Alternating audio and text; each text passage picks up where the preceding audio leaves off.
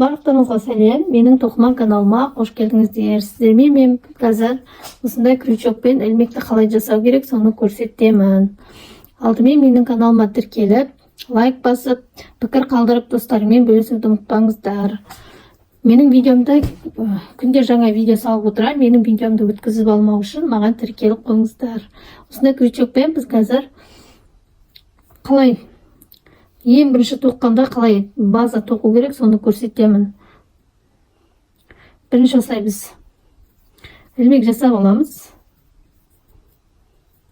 Бізде крючоктың сабымен аса бүйтіп үлкен қылып алмай, осыны былай свободно тұратындай қылып осылай тоқимыз. Сонда біздің ілмегіміз әдемі болып көрінеді сонда.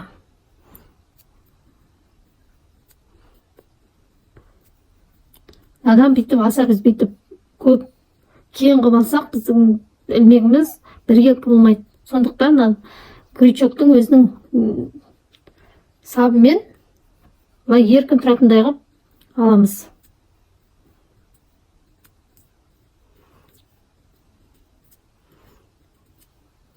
Осылай тоқимыз. Ең бірінші біз крючокпен осылай біз ілмектерді жасап аламыз. Өзімізге керекті. Бізде осындай ілмек пайда болды. Енді біз осындай столбик без накида тоқимыз. Бізде екеу болды. Мына екеуінен бірге осылай өткіземіз. Каждый ілмектен бір-бір осылай тоқимыз. Мына екеу болды бізде. Бұл столбик бізде без накида болып есептеледі.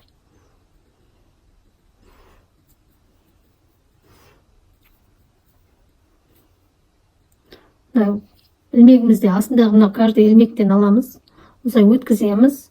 Бізде екеу болды. Мына екеуінен қатар өткіземіз осылай. Бұлай біз кейін қылып алмауымыз керек. Мына крючоктың сабымен өзі бұлай еркін тұру керек. Екі жіп болу керек бізде. Столбик без накидті.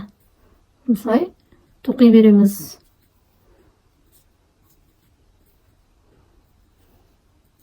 Столбик бұны без накид деп айтады.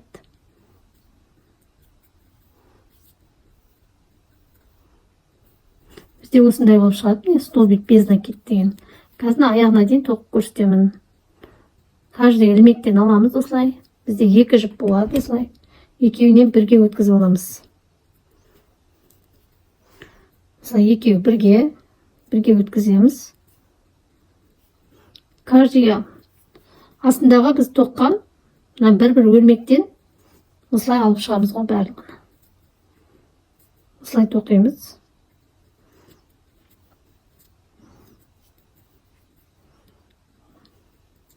Бұны бізде столбик без накида деп атайды.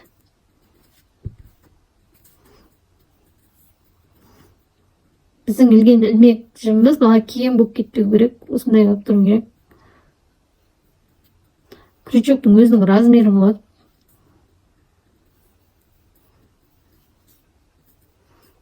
Мендегі жіптің размері 3-ші, 4-ші крючокпен тоқитын жіптер.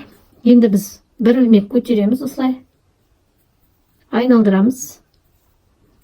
Енді жаңағы столбик без накидін тоқимыз. Осылай екеу.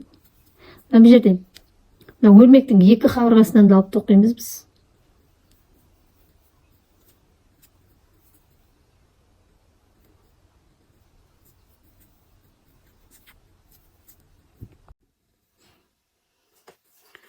Бізге шапка, кофточка тоқитын болсақ, онда біз өрмектің бір қабырғасынан алып тоқимыз осылай. Сонда бізде резинка сияқты болады. Біз қазір екі қабырғасымен бірге тоқып жатырмыз. Столбик без накида тоқимыз.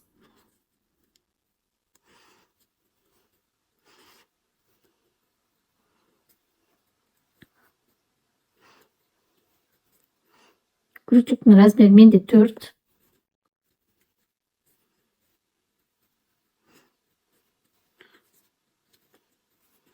Осылай без накид деген бізде осылай тоқылады. Қазір жарты столбик тоқып көрсетемін.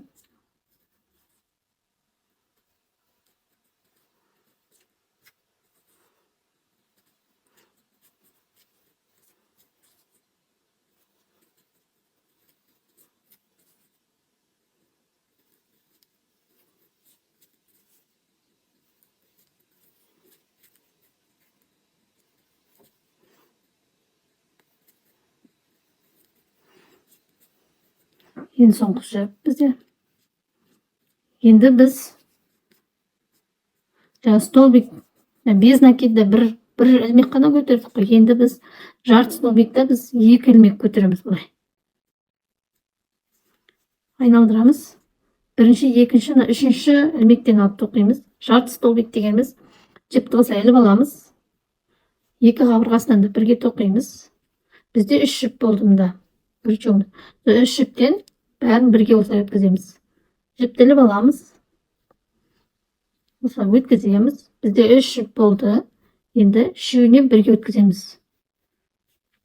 Каждыйына тоқылған кезде өзі көрініп тұрады. Солардан аламыз. Жіпті іліп аламыз бірінші крючокқа. Сосын астындағы тоқылған ілмектен жіпті алып шығамыз осылай. Бізде 3 жіп болды. Енді үшеуінен бір жіп шығарамыз біз.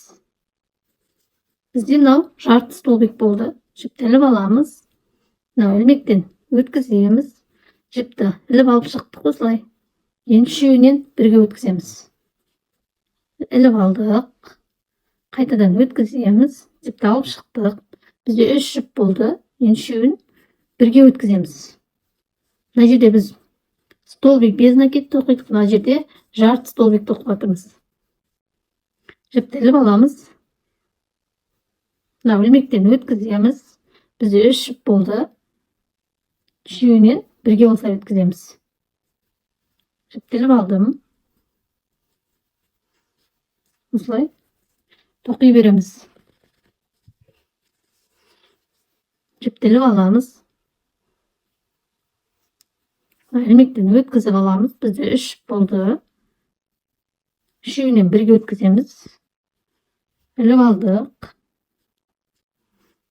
Осылай жіпті бірінші іліп аламыз. Астындағы мына ілмектен өткіземіз. Осылай 3 жіптен бірге өткіземіз. Іліп алдық. Бізде бұл жарты столбик деп атайды.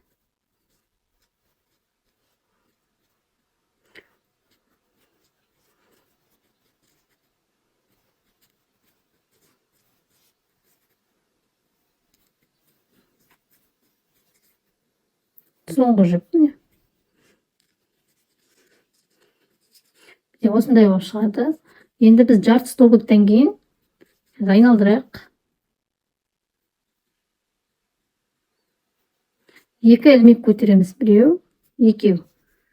Енді қайтадан жарты столбик тоқып шығамыз.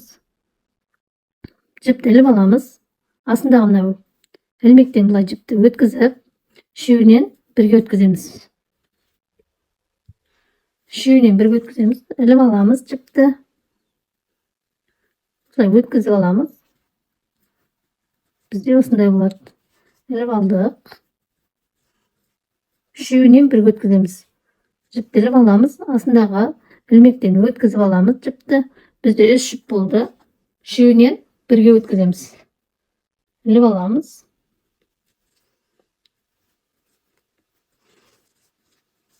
Осылай тоқи береміз. Бізде бұл жарты столбик деп аталады.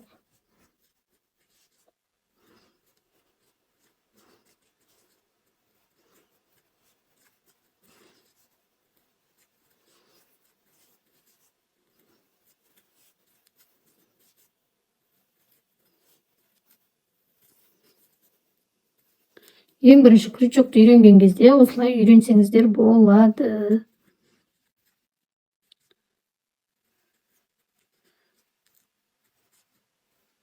Бізде ең соңғы жіп.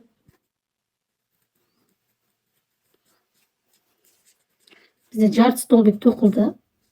Мына 2 қатар бізде без накид тоқыдық. Мына екеуін жарты столбиктен тоқыдық.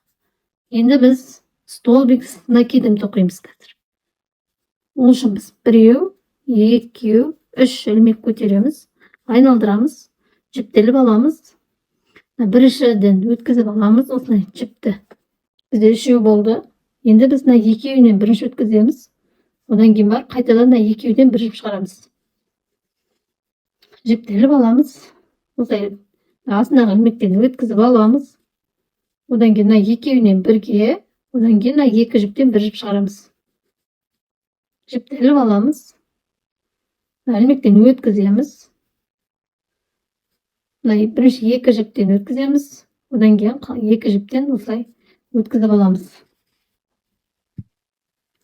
Бізде бұл столбик с накидом деп аталады. Жіптеліп алдық.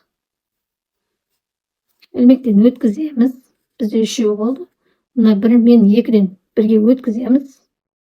Одан кейін барып 2-нен 1-ге іліп аламыз жіпті.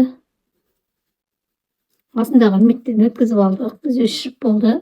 Енді 2-нен 1-ге, одан кейін мына 2-ден 1-ге іліп алдық жіпті. Қайтадан өткіземіз. 2-нен 1-ге. Бізде бұл столбик с накидом болады. 2-нен 1-ші, одан кейін 2 жіптен 1 жіп шығарамыз. Іліп аламыз. Астындағы өзі тоқылған ілмектерден осылай өткізіп аламыз. 2-нен 1 жіп шығардық. Бізде 2 жіп болды. Енді ол 2-нен 1 жіп шығарамыз. Іліп аламыз. Бізде 3 жіп болды. 2 осылай жіптеліп аламыз. Үйреніп алсаңыздар, уже тез-тез тоқитын боласыздар.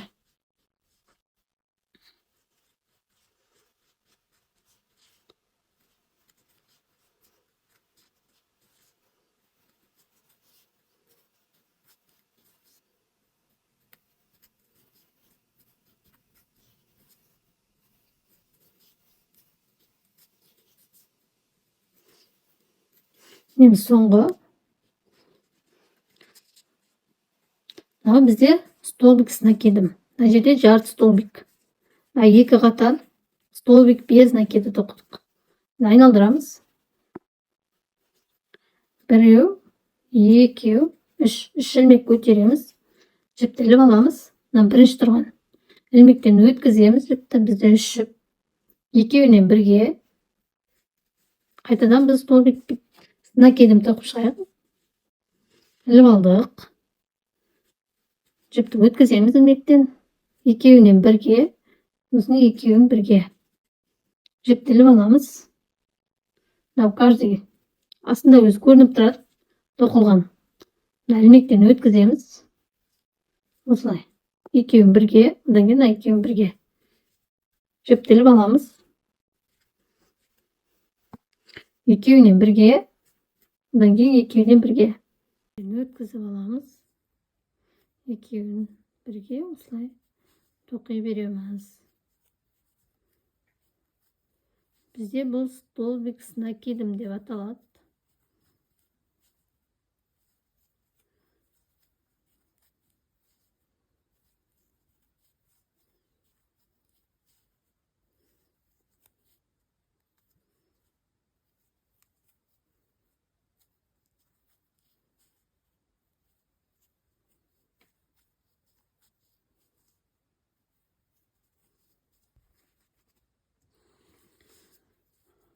Бізде осындай.